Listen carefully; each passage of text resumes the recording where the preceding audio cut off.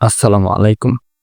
ডুওপলি শক্তি ভাঙার জন্য বাংলাদেশে নতুন একটি রাজনৈতিক শক্তির আবির্ভাব হয়েছে। বৈষম্য বিরোধী ছাত্র আন্দোলনের নেতৃবৃন্দরা এই রাজনৈতিক দলের প্রধান মুখ। ডুওপলি শক্তি আসলে কি, বা ডুওপলি থিওরি কি? ডুওপলি হচ্ছে এমন একটা থিওরি যেখানে দুইটি বড় প্রতিষ্ঠানের কম্পিটিশন। বাংলাদেশের রাজনীতিতে এ যাবৎকালে আওয়ামী লীগ এবং বিএনপির কম্পিটিশন ব্যতীত তেমন কোনো শক্তিশালী তৃতীয় কম্পিটিটরকে আমরা দেখিনি। ছাত্রদের এই নতুন রাজনৈতিক দল কি তৃতীয় কোনো বড় শক্তি হওয়ার সম্ভাবনা রাখে? মানুষ কেন তাদের ভোট দেবে? তারা আসলে কি করেছে? জুলাই গণঅভ্যুত্থান ব্যতীত তাদের অবদান বা কি? ছাত্রদের এই নতুন রাজনৈতিক দল কি ডক্টর ইউনূসের 2007 সালের প্রচেষ্টার প্রতিফলন? এই সকল প্রশ্নের উত্তর জানার চেষ্টা করব আজকের ভিডিওতে।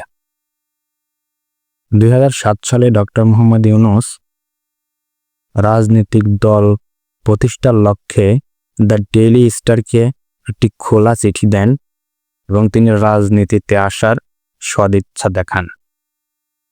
সে সময় অবশ্য আওয়ামী লীগ নেত্রী শেখ হাসিনা নতুনদের রাজনীতিতে আসা ভালোর চেয়ে খারাপ বেশি হবে এমন মন্তব্য করেছিলেন। ছাত্রদের এই রাজনৈতিক দল আসলে বাংলাদেশের প্রচলিত রাজনৈতিক ব্যবস্থার বাইরে কি কিছু করেছে, অথবা জুলাই গণঅভ্যুত্থানের পরে তারা আসলে আর কি করেছে যেটা দেখে মানুষ তাদের ভোট দেবে, অথবা মানুষের মন জয় করার মতো তাদের আসলে কি কোনো কর্মকাণ্ড ছিল? ছাত্ররা জুলাই গণঅভ্যুত্থানের পরে সরকারে থেকেছে, রাজপথে থেকে তারা শুধুমাত্র আওয়ামী লীগের বিচার করা ব্যতীত আর কোনো কর্মসূচি দেয়নি। আওয়ামী লীগের বিচার করতে হবে, শেখ হাসিনা ফাঁসি দিতে হবে, শেখ হাসিনার দেশে এনে বিচার করতে হবে, এই ধরনের কথা বলা ব্যতীত তাদের আর কোনো কর্মসূচি সাধারণ মানুষের চোখে পড়েনি। ডক্টর ইউনূস নাগরিক শক্তি নামক যে রাজনৈতিক পার্টি প্রতিষ্ঠার চেষ্টা চালাচ্ছিল 2007 সালে, সেটা তখন ভেস্তে যায় এবং একই ক্যাটাগরির নাম নিয়ে 2024 সালের গণঅভ্যুত্থানে নেতৃত্ব দানকারী ছাত্ররা 2025 সালের নতুন এক রাজনৈতিক দল প্রতিষ্ঠা করেন। মোটামুটি সিমিলার না।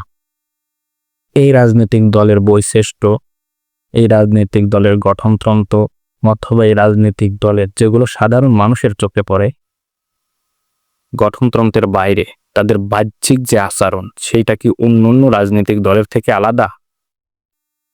টিপিক্যাল প্রশ্ন হলে উত্তর হবে না।